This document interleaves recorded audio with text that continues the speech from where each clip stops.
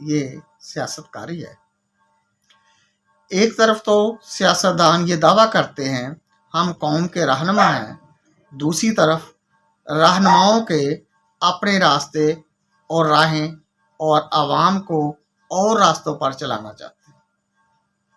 دکھ، غم، بھوک، جیل تو لوگوں کے لیے ہیں اور رہنماؤں کے لیے خوشحالی، شکم سیری اور آرام دہ ٹھکانے ہیں، بلکہ اپنے لیے حور و قصور اور عوام کا ان کی رہنمائی میں چلنا قصور بن چکا ہے، جس کا خمیازہ وہ بھگت رہے ہیں۔